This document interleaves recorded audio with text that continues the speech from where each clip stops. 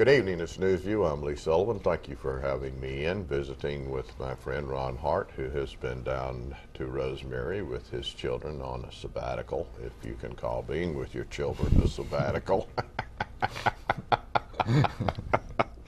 Oh, it does change, though. I mean, you know, mine. I enjoy my children's company in a different way, probably more now than I did when I was having to taser them and you know, and it's not better when they can drink. Slap them across the floor. You're on the same level as they drink. Yeah, that's a big difference. I think you should send kids away like they do in England to boarding school until they can drink. Right. And then you can get along pretty well. Might keep them in a toaster. Exactly. I agree on almost everything, which makes you almost a great American. And I really am you're trying. just missing it on one or two things.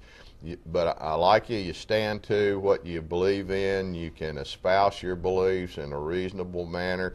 You and I haven't attacked each other, but this communist news network stuff that you're on, and you're going to be on again Sunday, and why do you do that to me? I mean, well, it's right there in Atlanta. Is my studio any different than theirs? Your green room's much nicer. Your makeup people. The gift basket is amazing what you do back there. Yours has Marlboros and bourbon, which is unusual for a gift basket. And a few VA-issued drugs, which is kind of nice. The only reason I come back really is the green room and the makeup people. If they can make you look good, they can do anything. I mean, these guys are artists.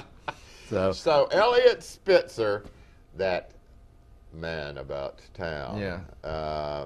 And you talked on the show. We talked. You talked about Elliot having his own show on the Communist News Network. Yeah. And you suggested that it might not be. I hate to use this word, but it might not last long. And it didn't. Yeah, apparently. it didn't. And it canceled his hour-long show recently. CNN kind of adrift right now. Canceled Spitzer. I have no idea how he'll kill an hour now. What he may do with that time. But it was a disaster to begin with. The guy's a Class A jerk. He's a hypocrite of the highest order. Did you get to watch it at all? I watched it a couple of times. Just to see what it's about. I'm always curious. Look, I'll watch Inconvenient Truth. I'll watch some Michael Moore documentaries. I mean, I don't want to be closed-minded about anything. I mean, I'm curious what the guy's about. That's one of the significant differences between you and I. I got more time on my hands. You're a busy man. I like to see train wrecks. I mean, I like to see things. I mean, I saw Waiting for Superman, a movie about education in America, and it was the same guy that did the Al Gore movie, and it couldn't have been a more fair documentary. And really? The conclusion is the only conclusion you can make about education in America is the teachers' unions. Well, I mean, it's a nutty place, and so documentaries I love. I watch documentary every 2 nights. Well. Let's use that as a segue to that the Atlanta and education. Yeah. Now there's an education for you. Yeah, it is. It is. I was in Atlanta. I was recently in Atlanta, and it was a beautiful Atlanta day.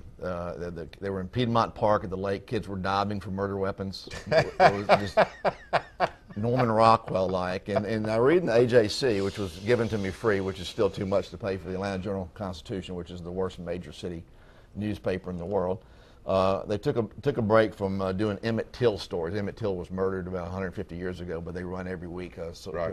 Guilt-driven. Somehow he was terribly wronged, and they'll do another expose about a murderer in prison for murdering 86 people, and they think maybe he only murdered 83. So they're trying to run ad, and they just do things crazy trying to win a Pulitzer Prize, which you only win, by the way, if you're liberal.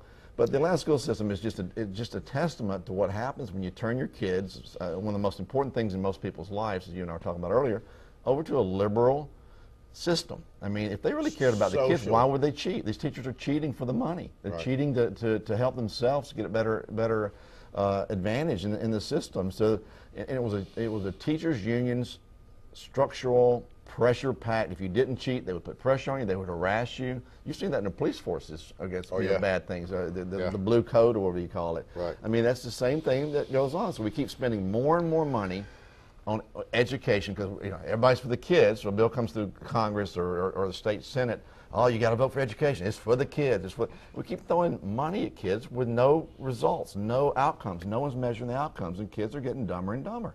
And it's because of these teachers. Do you see any possibility of any real accountability in a system like that? Well, theoretically, No Child Left Behind was supposed to do that. But anytime Ted Kennedy and George Bush collide with the same idea, it's probably a bad idea. But we got a whole level of society that hasn't read that book, No Child Left Behind. Exactly. I mean, it's so they were supposed to have quantifiable metrics by which to judge the progress of kids, and it's become a mess. I mean, they're cheating on the tests, so they pass. The school systems don't look bad. Granted, look, there's a lot of good teachers out there. A lot of people are really great teachers. The problem is when you're a great teacher and you go into a system where the union dominates everything, you kind of become a bad person, because or you fight a losing cause against the unions, because the unions are the real problem. They have a life of their own. They only care about themselves. And the ones that run the unions, they say the kids' names all the time, but they don't care about the kids, and they care about their own jobs and their own perpetuation of their retirement and how they operate. And it's a tough job. Look, some of these school districts, especially in Atlanta, get some really bad input product. These kids, the parents aren't involved, they're a single family, they're hungry. There are issues there. But to cheat on the test, I mean, how are the kids going to learn to cheat on their own if the teachers cheat for them? Listen, I'm going to tell you something. I don't owe you a meal. I don't owe you a home. I don't owe your children a meal. I mean, I don't owe you diddly squat. You take care of yourself. If you can't take care of yourself, then you do without. Right. And you won't do without because you will be forced to go out there and get a job and take care of yourself. Right. But here comes Mother Government, who would think that taking care of yourself is something that is blasé, second class. You're a chump. You're a chump if you don't take advantage of the system. If you work hard, you save, you're an idiot, you're just a chump. And if you take advantage of the system, you get a check from the government. 75 million checks go out every month to people in America, families in America. I mean, it's a lot of checks that are dependent on the country to get. And the government loves that, especially the Democrats. The more dependent you are on them, the less dependent you are on yourself, the more you become a ward of the state. Right. And they like that. They call it a voting block. And that's why we got this budget problem, 14 trillion and counting, is that so many people are on the dole right now. No one will just step up by the bootstraps and take advantage of it. And it's culturally prohibitive. It's not cool anymore to go work at a job at McDonald's and get a manager's job at McDonald's and someday own your own McDonald's. I mean, they call you a chump. Well, because you can sit on your ass at the house and make more money not doing anything than you can going out making a living. Right. You can get. They got cell phones. They got flat screen TVs. They got Wii and the Nintendo games. I mean, people. The poor in America are. Just because I'm poor don't mean I have to live like I am. Yeah, exactly. I mean, they're entitled to these type of things. And fortunately, in America, we're the only country in the world where our poor people are overweight. I mean, if they're hungry, they shouldn't be overweight, right? I mean, they're in these situations where other countries, you won't see poor go to Mogadishu, go to Uganda. Right. That's really poor. You can see the bones. Exactly. This is not the case here, and we've given them too much, and they expect too much. The more you give someone, the more they expect it. Right. Ron Hart, we'll be right back. Welcome back. It's News View. I'm visiting with Ron Hart, Michelle Mabel Bachmann. So, I mean, is she Sarah Palin stand-in? Is she Sarah Palin with experience? What's your call on her? Well, she's a social conservative. She wants to get rid of everything she said vulgar and a detriment to society. Yeah, so I think she's talking about you and me. She's certainly talking about me. I mean, I'm off the air. I don't need anybody to come after me like that. But yeah, she's gonna get rid of pornography and perhaps dirty dancing and other things. That we got 2.5 wars. All 2.5 are unnecessary. We got $14 trillion in debt. We got the unemployment of probably 15%. They say 9.2. And she's going to use her podium to get rid of pornography and gay marriage. I mean, the reason Republicans got sent to the woods about 4 or 5 years ago is because they pushed their social agenda on America.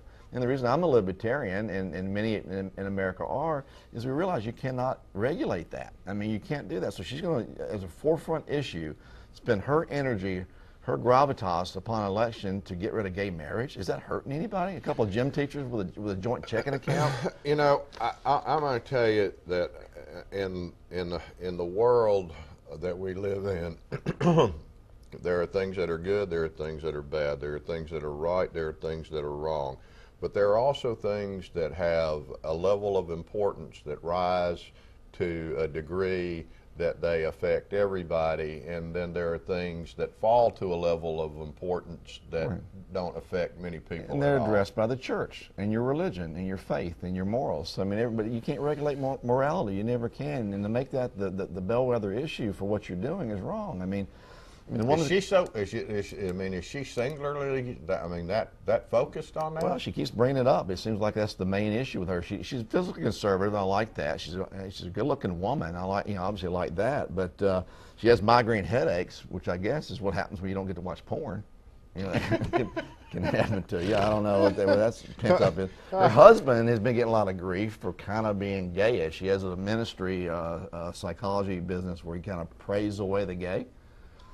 So, I mean, that creeps a lot of people out, including myself. I know enough about science, and I've observed human nature enough to know that I think gay people are born gay. I mean, the guys and women that were gay in my high school, we saw it in the 3rd grade, and they tried to fight it off because all the conventions of society said fight it off. Why do you spend your time trying to, make someone something they're not? Let it go. It's not your business. You can't. I mean, I have a cousin who went left of center, and and I mean, not some left, just totally left, and had a partner. I think then they call them life partners, and they went to a bookstore and picked out a sperm donor's picture, and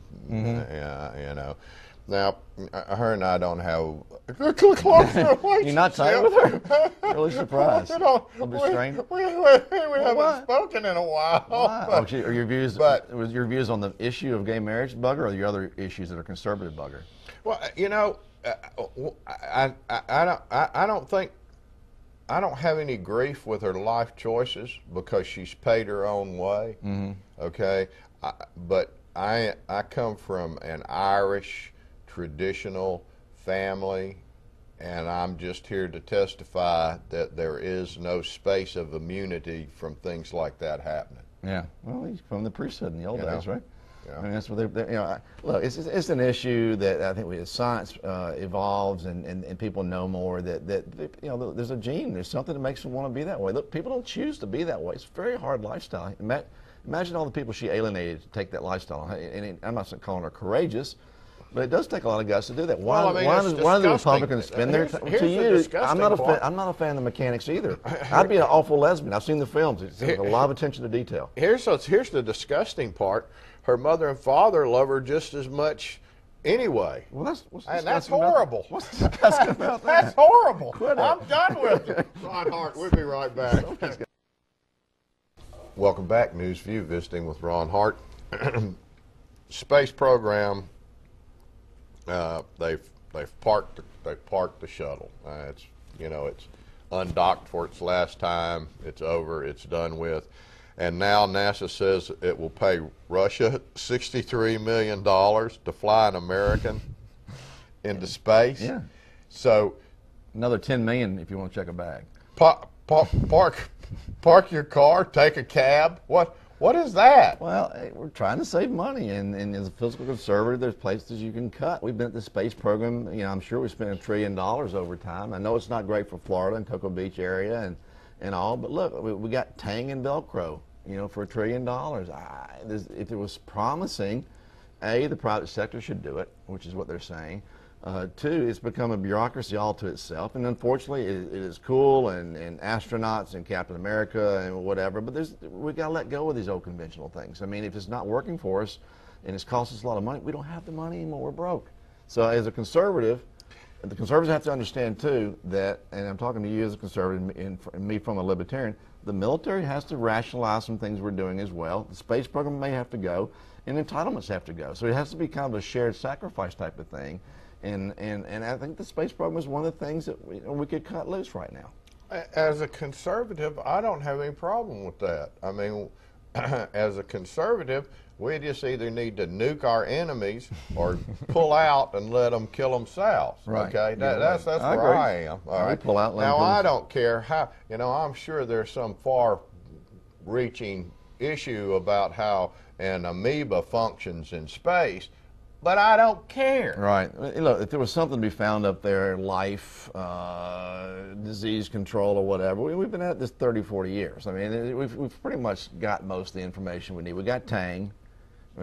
So, I mean, the private sector is very And we've high. got a toilet that will flush without gravity. That's nice. So we got that going on. There's no telling what would happen here on Earth with that. You know, it was, Waterless. We got Neil Armstrong on the moon. Like, in 1969, we went to the moon, and it was a very big moment for the country. And we were in a race against Russia, and we were a race for two things. We were both spending a lot on military and a lot on the space program. We were a rush to go broke. And if Al-Qaeda wins and it beats us, it won't be because Al-Qaeda has a conquering army who comes across the Atlantic and gets us. It's because we're going to go broke. So I mean, I don't, I think we might have gotten past the point where we're going to be attacked from space. Yeah, I don't think they're going to space. There's no space. There's no air in space. We're doing a great job on the ground without even getting into space. But think about this: there's no air in space, but we have an air in space museum. Does that make sense? Actually, I like it a lot. And we just do things that are duplicitous at times. It's a government thing. Completely against exactly. Yeah. So, look, the whole notion of us spending money on things that are not necessary. Look, the right has to make sacrifices too, and they throw it. And I think the left likes the space program too because it's tied to John Kennedy. That was a bold mission statement he made. We did it. We won. Put a flag on it. Let's move on to the next thing. We're going to kill ourselves trying to keep up with the Joneses, and there's no Joneses anymore in the world. There's been a lot of talk, especially here in Florida, and some action about drug testing workers and welfare recipients. We're going to come back and talk with you about that. Sure. We'll be right back. Welcome back to Studio. I'm visiting with Ron Hart. We're going to get to the center of Lee's America here for just a moment. Do you believe that people that receive welfare money from the government should have to take a drug test? Yes, no doubt about it. Yes! It's a great day in America. Who would not want to do that? A lot of people, obviously. Yeah. I mean, the drugs are pervasive and probably the root cause of poverty for many people that can't get jobs. So if you let them continue to get welfare checks while they're on drugs, I mean, they're not getting the money to their kids.